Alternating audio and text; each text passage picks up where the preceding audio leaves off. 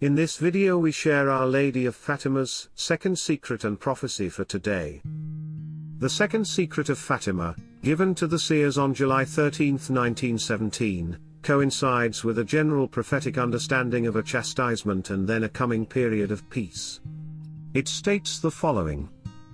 You have seen hell. The children's vision of hell is the first secret, where the souls of poor sinners go. To save them, God wishes to establish in the world devotion to my Immaculate Heart. If what I say to you is done, many souls will be saved and there will be peace. The war is going to end, but if people do not cease offending God, a worse one will break out during the Pontificate of Pius XI. When you see a night illumined by an unknown light, know that this is the great sign given you by God that He is about to punish the world for its crimes by means of war, famine, and persecutions of the Church and of the Holy Father. To prevent this, I shall come to ask for the consecration of Russia to my Immaculate Heart, and the communion of reparation on the first Saturdays.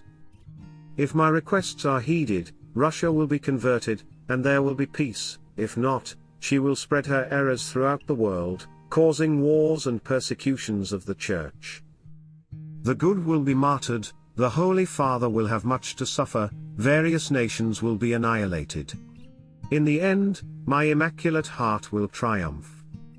The Holy Father will consecrate Russia to me, and she shall be converted, and a period of peace will be granted to the world. Saint John Paul II was known as the Fatima Pope, devoting himself profoundly to the Fatima message following his having been shot and almost killed in St. Peter's Square on May 13, 1981, the anniversary of the first apparition of Mary at Fatima.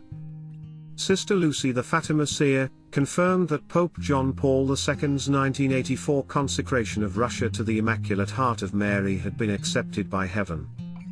On May 13, 1982, Pope John Paul II spoke the following words during a homily given in Fatima, Portugal.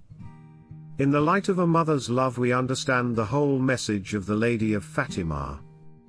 The greatest obstacle to man's journey towards God is sin, perseverance in sin, and, finally, denial of God. The deliberate blotting out of God from the world of human thought.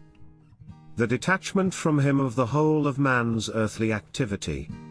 The rejection of God by man. He reads it again with trepidation in his heart, because he sees how many people and societies, how many Christians, have gone in the opposite direction to the one indicated in the message of Fatima.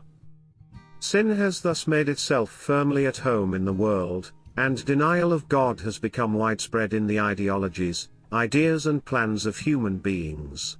We will also recall the following prophetic statement of St. Pope John Paul II, which was made during a visit to the United States in 1976 when he was still a cardinal, and reads: We are now standing in the face of the greatest historical confrontation humanity has gone through.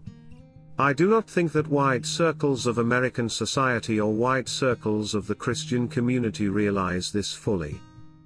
We are now facing the final confrontation between the Church and the anti-Church, of the Gospel versus the anti-Gospel. We must be prepared to undergo great trials in the not-too-distant future, trials that will require us to be ready to give up even our lives, and a total gift of self to Christ and for Christ. Through your prayers and mine, it is possible to alleviate this tribulation, but it is no longer possible to avert it. How many times has the renewal of the Church been brought about in blood? It will not be different this time. Thank you for supporting my channel. May God bless you and keep you.